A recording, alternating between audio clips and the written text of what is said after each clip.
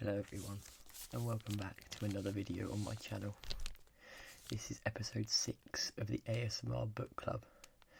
So that means we are on to chapter 6 of Harry Potter and the Philosopher's Stone. And this is the illustrated version. So it's obviously a lot bigger than the standard size book. Last episode we, as you can see in the playlist below, we read chapter 5, Diagon Alley. And today, if my bookmark is in the correct place, I believe I will open it up on chapter 6. And it is the journey from platform 9 3/4. So, as always, we're going to get rid of this cover. And then we'll get straight into this week's chapter. So, there we go. So now, let's get into the book.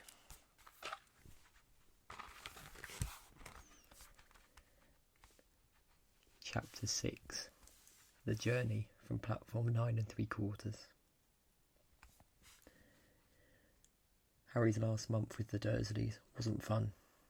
True, Dudley was now so scared of Harry he wouldn't stay in the same room, while Aunt Petunia and Uncle Vernon didn't shut Harry in his cupboard, force him to do anything, or shout at him. In fact, they didn't speak to him at all. Half terrified, half furious, they acted as though any chair with Harry in it was empty. Although this was an improvement in many ways, it did become a bit depressing after a while. Harry kept to his room with his new owl for company. He had decided to call her Hedwig, a name he had found in a history of magic. His school book's very interesting. He lay on the bed, reading late into the night, Hedwig swooping in and out of the open window as she pleased. It was lucky that Aunt Petunia didn't come into Hoover anymore, because Hedwig kept bringing back dead mice. Every night before he went to sleep, Harry ticked off another day on the piece of paper he had pinned to the wall, counting down to September the 1st. On the last day of August, he thought he'd better speak to his aunt and uncle about getting to King's Cross Station the next day. So he went down to the living room, where they were watching a quiz show on television. He cleared his throat to let them know he was there, and Dudley screamed and ran from the room. Uncle Vernon? Uncle Vernon grunted to show he was listening. I need to be at King's Cross Station tomorrow to go to Hogwarts. Uncle Vernon grunted again. Would it be alright if you gave me a lift? Grunt. Harry supposed this meant yes. Thank you. He was about to go back upstairs when Uncle Vernon actually spoke. Funny way to get to a wizard school, the train. Magic carpets all got punctures, have they? Harry didn't say anything. Where is this school, anyway? I don't know, said Harry, realising this for the first time. He pulled up the ticket Hagrid had given him, out of his pocket. I just take the train from that platform 9 3/4 at 11 o'clock, he read. His aunt and uncle stared. Platform what? 9 3/4. Don't talk rubbish, Uncle Vernon said. There is no platform 9 3/4. It's on my ticket. Barking, said Uncle Vernon. Howling mad, the lot of them. You'll see. You just wait. All right, we'll take you to King's Cross. We're going up to London tomorrow anyway, or I wouldn't bother. Why are you going to London? Harry asked, trying to keep things friendly. Taking Dudley to hospital, growled Uncle Vernon. Got to have that ruddy tail removed before he goes to Smeltings. Harry woke at 5 o'clock the next morning and was too excited and nervous to go back to sleep. He got up, pulled on his jeans because he didn't want to walk into the station in his wizard robes. He changed on the train. He checked his Hogwarts list yet again to make sure he had everything he needed. Saw that Hedwig was shut safely in her cage, and then paced the room waiting for the Dursleys to get up. 2 hours later, Harry's huge, heavy trunk had been loaded into the Dursleys' car, and Aunt Petunia had talked Dudley into sitting next to Harry, and they'd set off. They reached King's Cross Station at 10:30. Uncle Vernon dumped Harry's trunk on the trolley and wheeled it into the station for him. Harry thought this was strangely kind until Uncle Vernon stopped dead, facing the platforms with a nasty grin on his face. "Well, there you are, boy. Platform 9, platform 10. Your platform should be somewhere in the middle, but they don't seem to have built it yet, do they?" He was quite right, of course. There was a big plastic number 9 over one platform, and a big plastic number 10 over the one next to it. And in the middle, nothing at all. "Have a good term," said Uncle Vernon, with an even nastier smile. He left without another word. Harry turned and saw the Dursleys drive away. All three of them were laughing. Harry's mouth went rather dry. What on earth was he going to do? He was starting to attract a lot of funny looks because of Hedwig. He'd have to ask someone.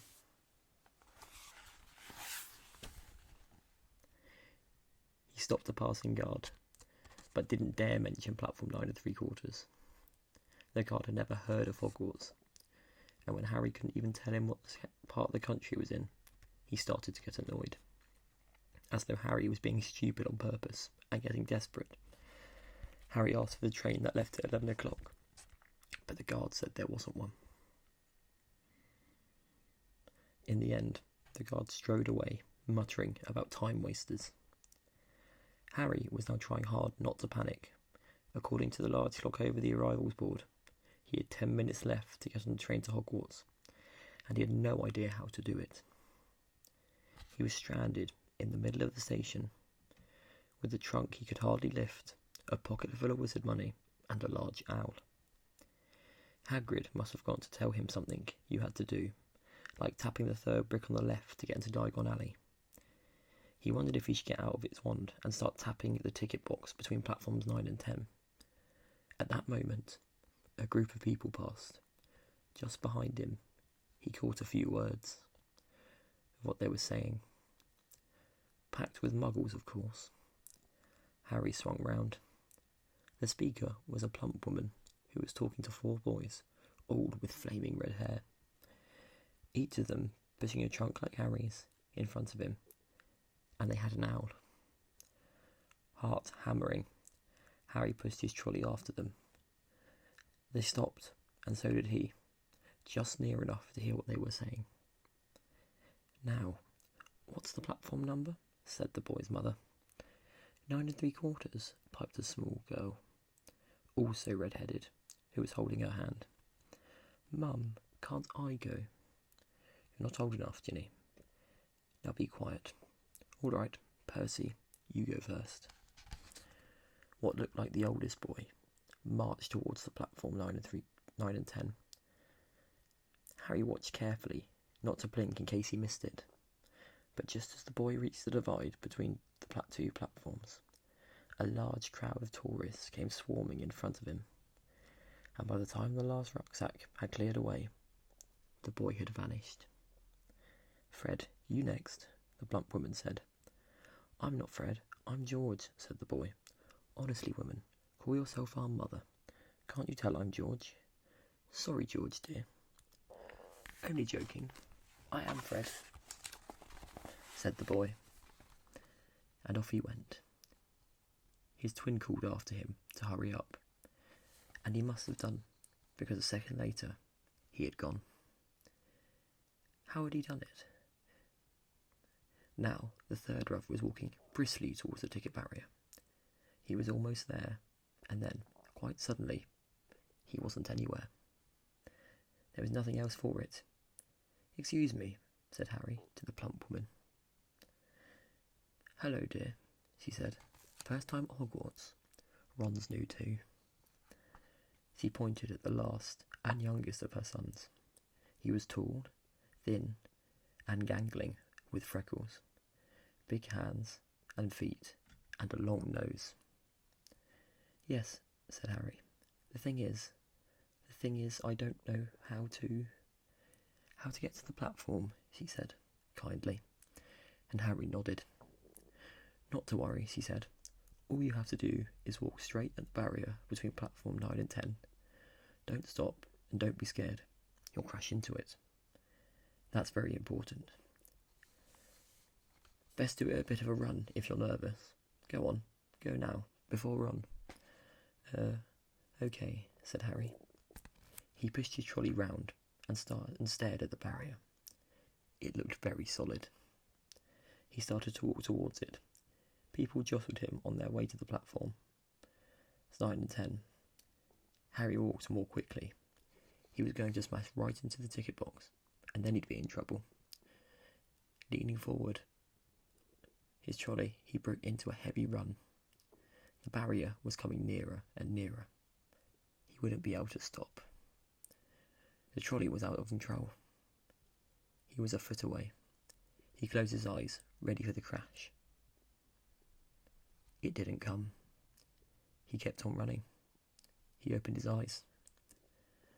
A scarlet steam engine was waiting next to the platform, packed with people. A sign overhead said Hogwarts Express, 11 o'clock. Harry looked behind him and saw a wrought iron archway where the ticket box had been, with the words platform 9 3/4 on it. He had done it. Smoke from the engine drifted over the heads of the chattering crowd, whilst cats of every colour wound here and there between their legs. Owls hooted to each other in a disgruntled sort of way, over the babble and the scraping of heavy trunks. The first few carriages were already packed with students, some hanging out of the window to talk to their families, some fighting over seats.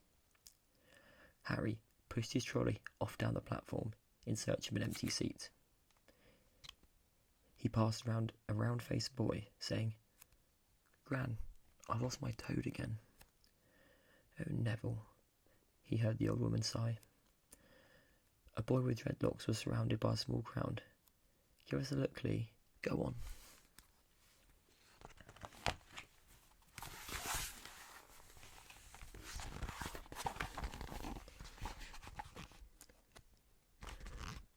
The boy lifted the lid of his box in his arms, and the people around him shrieked and yelled as something inside poked out, a long, hairy leg.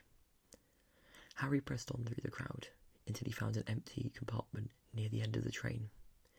He put Hedwig inside first, and then started to shove and heave his trunk towards the train door. He tried to lift it up the steps, but could hardly raise one end. And twice he dropped it painfully on his foot. Want a hand? It was one of the red-haired twins he'd followed through the ticket box. "Yes, please," Harry panted. "Oi, Fred, come here and help." With the twins' help, Harry's trunk was at last tucked away in a corner of the compartment. "Thanks," said Harry, pushing his sweaty hair out of his eyes. "What's that?" said one of the twins, suddenly pointing at Harry's lightning scar. "Blimey," said the other twin. "Are you?" "He is," said the first twin. "Aren't you?" He added to Harry. "What?" said Harry. "Harry Potter," chorused the twins. "Oh, him," said Harry. Yes, I am." The two boys gawped at him, and Harry found himself going red. And then, to his relief, a voice came floating through the train's open door. "Fred, George, are you there?" "Coming, Mum." With the last look at Harry, the twins hopped off the train. Harry sat down next to the window, where, half hidden, he could watch the red-haired family on the platform and hear what they were saying. Their mother had just taken out her handkerchief. "Ron, you've got something on your nose." The youngest boy tried to jerk out of the way, but she grabbed him and began rubbing the end of his nose. "Mum, get off." He wriggled free. "Ah, has Uncle Ronnie got something on his nose?" said one of the twins. "Shut up," said Ron. Where's Percy? Said their mother. He's coming now. The oldest boy came striding into sight. He had already changed into his billowing black Hogwarts robes, and Harry noticed a shiny red and gold badge on his chest with the letter P on it. Can't stay long, Mother, he said. I'm up front. The prefects have got 2 compartments to themselves. Oh, are you, perfect Percy? Said one of the twins, with an air of great surprise. You should have said something. We had no idea. Hang on, I think I remember saying something about it, said the other twin. Once or twice. A minute. All summer. Oh, shut up, said Percy the prefect. How come Percy gets new robes anyway, said one of the twins. Because he's a prefect, said their mother fondly. All right, dear, we'll have a good term. Send me an owl when you'll get there. She kissed Percy on the cheek. And he left. Then she turned to the twins. Now, you two, this year, you behave yourselves. If I get one more owl telling me you've blown up a toilet or blown up a toilet, we've never blown up a toilet. Great idea though. Thanks, Mum. It's not funny. And look after Ron. Don't worry, Ickle Ronnikins is safe with us. Shut up, said Ron again. He was almost as tall as the twins already, and his nose was still pink where his mother had rubbed it.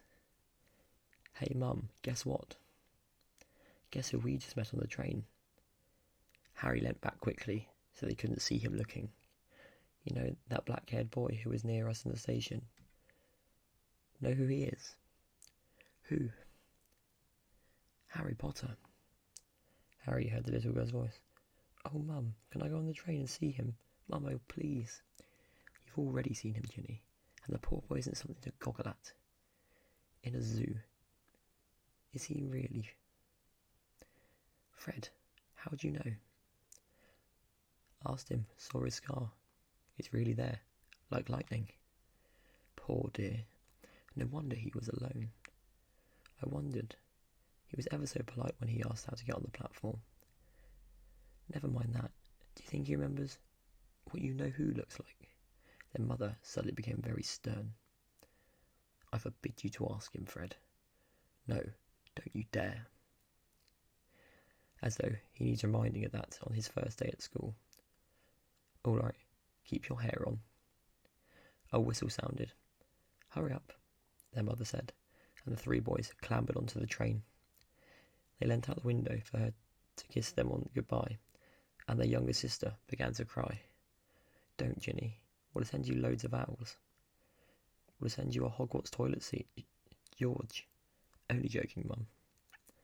The train began to move. Harry saw the boys, mother waving, and their sister half laughing, half crying, running to keep up with the train until it gathered too much speed. Then she fell back and waved. Harry watched the girl and her mother disappear as the train rounded the corner. And if you look here, this is probably one of the best illustrations so far in the book. The light makes it quite hard to see. But you've got, down the bottom, you've got Harry wheeling his trunk over with people surrounding him and loads of owls flying around the Hogwarts Express. And you can also see all the cats just sitting and waiting around the station. And I think this is one of the better illustrations so far. I think it's one of the first proper double page spreads. So that's the first illustration I'm going to show you this episode. Back to the book.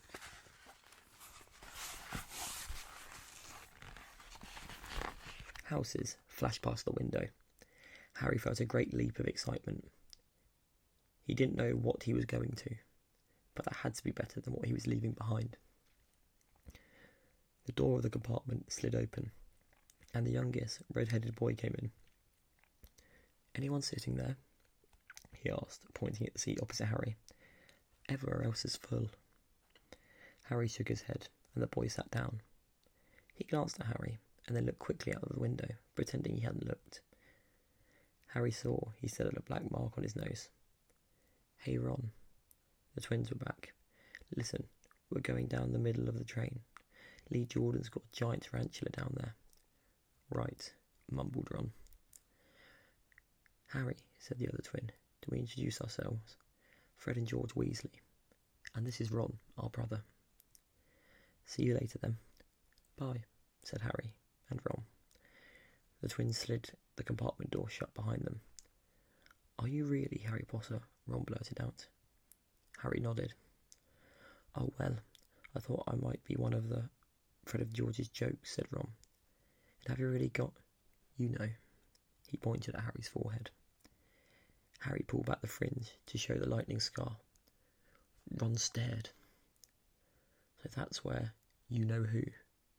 "Yes," said Harry, "but I can't remember it." "Nothing," said Ron eagerly.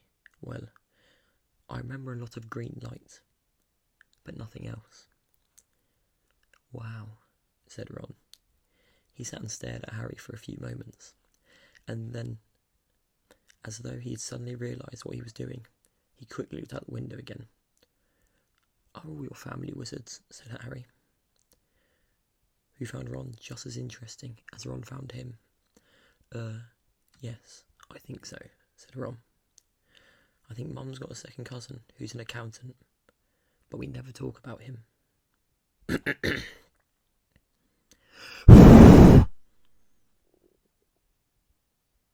"So, you must know loads about magic already." The Weasleys were clearly one of those old wizarding families the pale boy in Diagon Alley had talked about. "I heard you went to live with Muggles," said Ron. "What are they like?"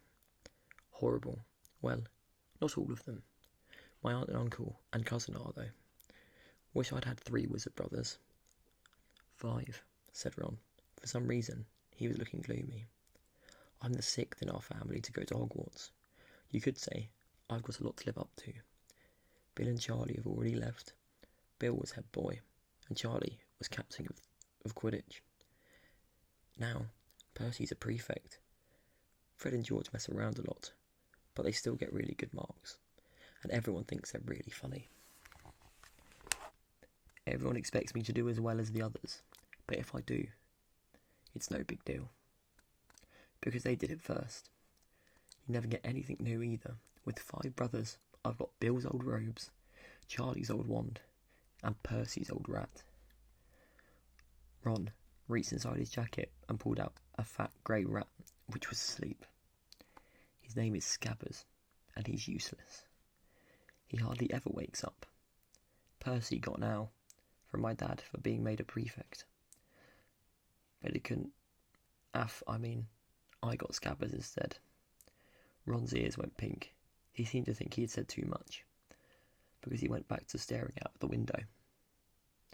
Harry didn't think there was anything wrong with not being able to afford an owl.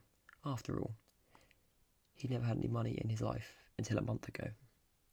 And he told Ron.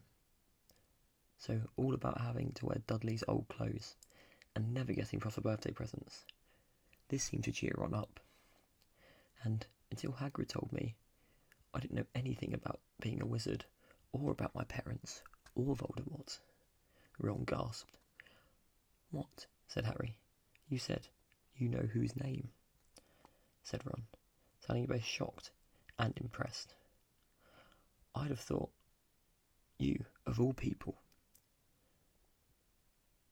"I'm not trying to be brave or anything, saying the name," said Harry. "I just never knew you shouldn't.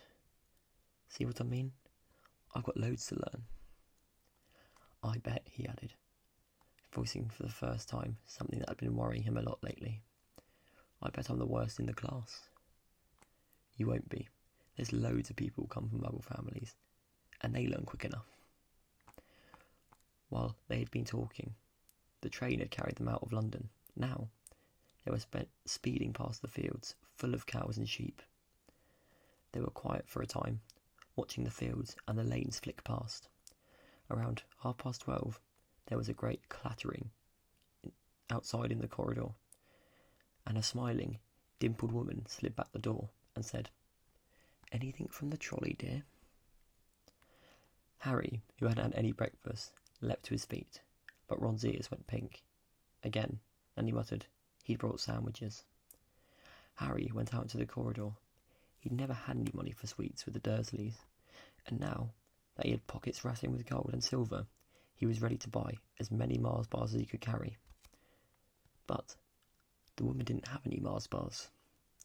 What she did have were Bertie Bott's every flavour beans, Drubel's best blowing gum, chocolate frogs, pumpkin pasties, cauldron cakes, licorice wands, and a number of other strange things Harry'd never seen in his life. Not wanting to miss anything, he got some of everything and paid the woman 11 silver sickles and 7 bronze nuts. Ron stared as Harry brought it all back into the compartment and tipped it onto the empty seat. "Hungry, are you?" "Starving," said Harry, taking a large bite out of the pumpkin pasty. Ron had taken out a lumpy package and unwrapped it. There were 4 sandwiches in there. He pulled one of them apart and said, "She always forgets I don't like corned beef." "Swap you one of these," said Harry, holding up a pasty. "Go on. You don't want this. It's all dry," said Ron. "She hasn't got much time," he added quickly, with 5 of us. "Go on, have a pasty," said Harry, who had never had anything to share before, or indeed anyone to share it with. It was a nice feeling, sitting there with Ron, eating their way through Harry's pasties and cakes. The sandwiches lay forgotten. "What are these?" Harry asked Ron, holding up the packet of chocolate frogs. "They're not really frogs, are they?" He was starting to feel that nothing would surprise him. "No," said Ron. "But see what the card is. I'm missing Agrippa." "Oh, what?" "Oh, of course you wouldn't know. Chocolate frogs have cards inside of them. To collect. Famous witches and wizards. I've got about 500. But I haven't got Agrippa. Or Ptolemy, I think it's pronounced." Harry unwrapped his chocolate frog and picked up the card. It showed a man's face. He wore half-moon glasses, had a long crooked nose, and flowing silver hair, beard and moustache. Underneath the picture was the name, Albus Dumbledore. "So, this is Dumbledore," said Harry. "Don't tell me you've never heard of Dumbledore," said Ron. "Can I have a frog?" "I might get Agrippa." "Thanks." He turned over his card and read, "Albus Dumbledore, currently headmaster of Hogwarts, considered by many the greatest wizard of modern times. Professor Dumbledore is particularly famous for his defeat of the Dark Wizard, Grindelwald, in 1945, for the discovery of the 12 uses of dragon's blood, and his work on alchemy with his partners, Nicholas Flamel. Professor Dumbledore enjoys chamber music and 10-pin bowling." Harry turned the card back over and saw, to his astonishment, that Dumbledore's face had disappeared. "He's gone." "Well, you can't expect him to hang around all day," said Ron. "He'll be back." "No, I've got Morgana again. I've got about 6 of her. Do you want it? You can start collecting." Ron's eyes strayed to the pile of chocolate frogs waiting to be unwrapped.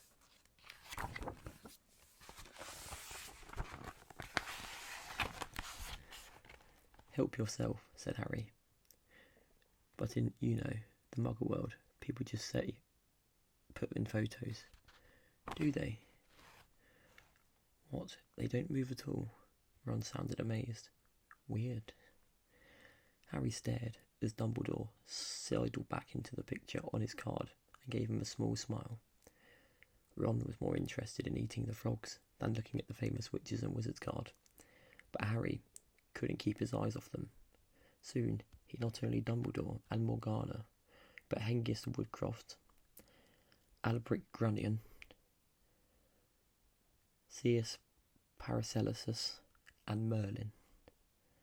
He finally tore his eyes away from the Druidess Cladona, who was scratching her nose to open a bag of Bertie Bott's every flavoured beans. "You want to be careful with those," Ron warned Harry. "When they say every flavour, they mean every flavour. You know, you get all ordinary ones like chocolate and peppermint and marmalade, but then you can get spinach and liver and tripe. George reckons he had a bogey flavoured one once." Ron picked up a green bean, looked at it carefully, and bit into the corner. "Bleh, see? Sprouts." They had a good time eating the every flavour beans. Harry got toast, coconut, baked bean, strawberry, curry, grass, coffee, sardine, and was even brave enough to nibble the end of the funny grey one Ron wouldn't touch, which turned out to be pepper. The countryside, now flying past the window, was becoming wilder. The neat fields had gone. Now there were woods twisting, rivers and dark green hills. There was a knock on the door of their compartment, and the round-faced boy Harry had passed on the platform 9 3/4 came in. He looked tearful. "Sorry," he said, "but have you seen a toad at all?" When they shook their heads, he wailed, "I've lost him. He keeps getting away from me." "He'll turn up," said Harry. "Yes," said the boy miserably. "Well, if you see him." He left. "Don't know why he's so bothered," said Ron. "If I'd brought a toad, I'd lose it as quick as I could. Mind you, I brought Scabbers, so I can't talk." The rat was still snoozing on Harry's lap. "He might have died, and you wouldn't know the difference," said Ron in disgust. "I tried to turn him yellow yesterday, make him more interesting, but the spell didn't work. I'll show you, look." He rummaged around in his trunk and pulled out a very battered-looking wand. It was chipped in places, and something white and glinting at the end. Unicorn's hair nearly poking out. Anyway, he had just raised his wand when the compartment door slid open again. The toadless boy was back, but this time he had a girl with him. She was already wearing her new Hogwarts robes. "Has anyone seen a toad? Neville's lost one," she said. She had a bossy sort of voice, lots of bushy brown hair, and rather large front teeth. "We've already told him we haven't seen it," said Ron, but the girl wasn't listening. She was looking at the wand in his hand. "Oh, are you doing magic? Let's see it then." She sat down. Ron looked taken aback. All right." He cleared his throat. "Sunshine daisies, butter mellow, turn this stupid fat rat yellow." He waved his wand, but nothing happened. Scabbers stayed grey and fast asleep. "Are you sure that's a real spell?" she said. "Well, it's not a very good one, is it? I've tried a few simple spells just for practice, and it's all worked for me. Nobody in my family's magic at all. It was ever such a surprise when I got my letter, but I was ever so pleased, of course. I mean, it's the very best school of witchcraft there is. I've heard. I've learnt all of our set books off by heart, of course. I just hope it'll be enough. I'm Hermione Granger, by the way. Who are you?" She said this all very fast. Harry looked at Ron and was relieved to see, by his stunned face, that he hadn't learnt all of set books off by heart either. "I'm Ron Weasley," Ron muttered. "Harry Potter," said Harry. "Are you really?" said Hermione. "I know all about you, of course. I got a few extra books for background reading, and you're in modern magical history, and the rise and fall of the dark arts, and great wizarding events of the 20th century. "Am I?" said Harry, feeling dazed. "Goodness, didn't you know? I'd have found out everything if I could if it was me," said Hermione. "Do either of you know what house you'll be in? I've been asking around, and I hope I'm in Gryffindor. It sounds by far the best. I hear Dumbledore himself was one. But I suppose Ravenclaw wouldn't be too bad. Anyway, we'd better go and look for Neville's toad. You two had better change, I expect she'll be there soon. And she left, taking the toadless boy with her. Whatever house I'm in, I hope she's not in it, said Ron. He threw his wand back into his trunk. Stupid spell. George gave it to me, but he knew it was a dud. What house are your brothers in? Asked Harry. Gryffindor, said Ron. Gloom seemed to be setting in on him again. Mum and Dad were in it too.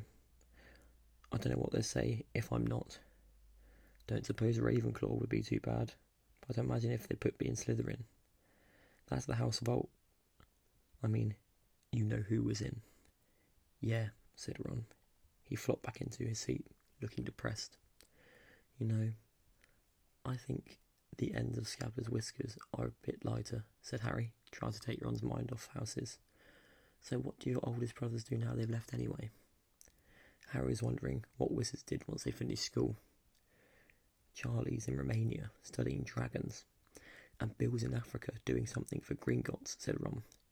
Did you hear about Gringotts? It's been all over the Daily Prophet, but I don't suppose you get that with the Muggles. Someone tried to rob a high-security vault. Harry stared. Really? What happened to them? Nothing. That's why it's such big news. They haven't even been caught. My dad said it must have been a powerful dark wizard to get round Gringotts, but they don't think they took anything. That's what's odd. Of course, everyone gets scared when something like this happens, in case you know who's behind it. Harry turned. This news over in his mind. He was starting to get a prickle of fear every time you know who was mentioned. He supposed this was all part of entering the magical world, but had been a lot more comfortable saying Voldemort without worrying. What's your Quidditch team? Ron asked. I don't know any, Harry confessed. What? Ron looked dumbfounded. Oh, you wait. It's the best game in the world. And he was off explaining all about the 4 balls and the positions and the 7 players, describing famous games he'd been to with his brothers and the broomstick he'd like to get if he had the money. He was just talking. Harry threw the finer points of the game when the compartment door slid open yet again, but it wasn't Neville, the toadless boy, or Hermione Granger this time. 3 boys entered. Harry recognised the middle one at once. It was the pale boy from Madame Malkin's. He was looking at Harry with a lot more interest than he'd shown back in Diagon Alley. Is it true, he said. They're saying all the way down the train that Harry Potter is in this compartment. So, it's you, is it? Yes, said Harry. He was looking at the other boys. Both of them were thick-set and looked extremely mean. Standing either side of the pale boy, they looked like bodyguards. Oh, this is Crabbe, and this is Goyle, said the pale boy, carelessly, noticing where Harry was looking. And my name is Malfoy. Draco Malfoy. Ron gave a slight cough, which might not have been hiding a snigger. Draco Malfoy looked at him. Think my name's funny, do you? No need to ask who you are. My father told me all of the Weasleys have red hair, freckles, and more children than they can afford. He turned back to Harry. You'll soon find out some wizarding families are much better than others, Potter. You don't want to go making friends with the wrong sort. I can help you there. He held out his hand to shake Harry's hand, but Harry didn't take it. I think I can tell who you're the wrong sort for myself, thanks, he said coolly. Draco Malfoy didn't go red, but a pink tinge appeared in his pale cheeks. I'd be awfully careful if I were you, Potter, he said slowly. Unless you're a bit politer, you'll go the same way as your parents. They didn't know what was good for them either. You hang around with riffraff like the Weasleys, and that Hagrid, and it will rub off on you. Both Harry and Ron stood up. Ron's face was red as his hair. Say that again, he said. Oh, you're going to fight us, are you? Malfoy sneered. Unless you get out now, said Harry, more bravely than he felt, because Crabbe and Goyle were a lot bigger than him or Ron. But we don't feel like leaving, do we, boys? We've eaten all our food, and you still seem to have some. Goyle reached towards the chocolate froth next to Ron. Ron leapt forward, but before he had so much as touched Goyle let out a horrible yell. Scabbers the rat was hanging off his finger. Sharp little teeth sunk deep into Goyle's knuckle. Crabbe and Malfoy backed away as Goyle swung Scabbers around and round, howling. When Scabbers finally flew off and hit the window, all three of them disappeared at once. Perhaps they thought they were more rats lurking among the sweets, or perhaps they'd heard footsteps, because a second later, Hermione Granger had come in.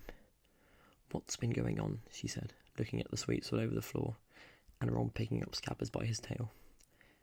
"I think he's been knocked out," said Ron to Harry. He looked closer at Scabbers. "No, I don't believe it. He's gone back to sleep." And so he had. "You've met Malfoy before?" Harry explained about their meeting in Diagon Alley. "I've heard of his family," said Ron darkly. "They were some of the first to come back to our side after you-know-who disappeared. Said they'd been bewitched. My dad doesn't believe it. He says Malfoy's father didn't need an excuse to go over to the dark side." He turned to Hermione. "Can we help you with something?" "You'd better hurry up and put your robes on. I've just been up to the front to ask the driver, and he says we're nearly there." "You haven't been fighting, have you? You'll be in trouble before we even get there." "Scabbers has been fighting, not us," said Ron, scowling at her. "Would you mind leaving while we change?" "All right. I only came in here because people outside are behaving very childishly. Racing up and down the corridors," said Hermione in a sniffy voice. "And you got dirt in your nose, by the way. Did you know?" Ron glared at her as she left. Harry peered out the window. It was getting dark. He could see mountains and forests under a deep purple sky. The train did seem to be slowing down. He and Ron took off their jackets and pulled on their long black robes. Ron's were a bit short for him. You could see his trainers underneath them. A voice echoed through the train. "We'll be reaching Hogwarts in 5 minutes. Please leave your luggage on the train. It will be taken to the school separately." Harry's stomach lurched with nerves, and Ron, he saw, looked pale under his freckles. They crammed their pockets with the last of the sweets and joined the crowd thronging the corridor. The train slowed right down and finally stopped. People pushed their way towards the door and out to the tiny dark platform. Harry shivered in the cold night air, and then a lamp came bobbing over their heads of the students. Harry heard a familiar voice. First years here." "All right there, Harry."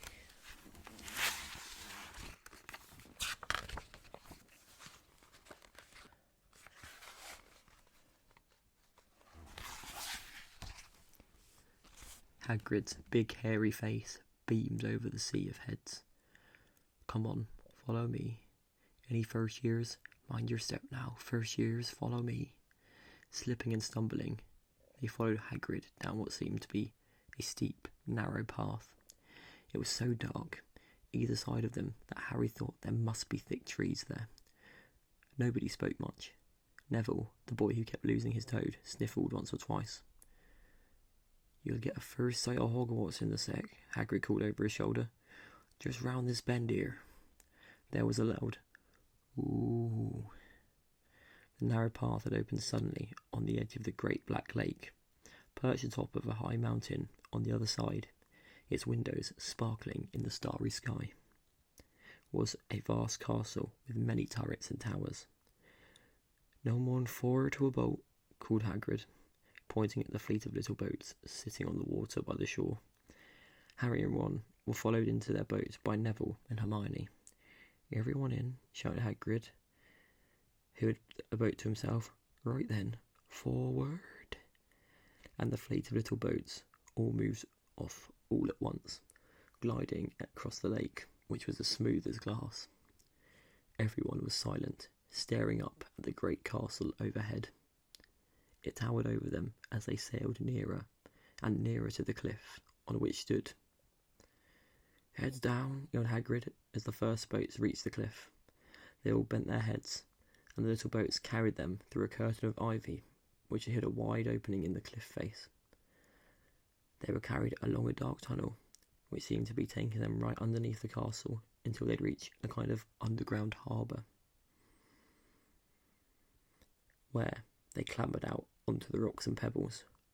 "Oi, you there, is this your toad?" said Hagrid, who was checking the boats as the people climbed out of them. "Trevor," cried Neville blissfully, holding out his hands. Then they clambered up the passageway in the rock after Hagrid's lamp, coming out at last onto a smooth, damp grass, right in the shadow of the castle. They walked up a flight of stone steps and crowded around the huge oak front door. "Everyone here? You there, still got your toad?" Hagrid raised a gigantic fist and knocked 3 times on the castle door. And that is the end of chapter 6. We'll be moving on to chapter 7 in the next episode, which is called The Sorting Hat. But I did miss one illustration that I wanted to go back and show you from the book. So I'm just going to flip the pages. And it is the watercolour sort of look at Hogwarts. Like the outline and the silhouette of Hogwarts from the bottom of the lake. But I quite like the colours on this one, and just how you can see the dim lights of Hogwarts in the background. But just make sure I put the bookmark in the correct place for next time. But that's going to be it for this episode. If you want to listen to the rest of the episodes from the beginning, it will be in the playlist either down the side, or if you go onto my channel or follow the video, it'll be attached in the playlist for this video. So this is currently, as the date of the 1st of March 2023, that's the furthest that we've got. But hopefully eventually the whole playlist will be full with every chapter in the book. But this is an episode I try and keep up once a week. The ASMR book club, and I'll carry it on as much as I can do, and as long as I want to. As long as everyone's still enjoying it, or at least someone's still enjoying it. So that's today's episode, and we'll be back in a week with the next one, as just said. So I hope you guys enjoyed. I hope you relaxed. Sleep well, and as always, I'll catch you next time.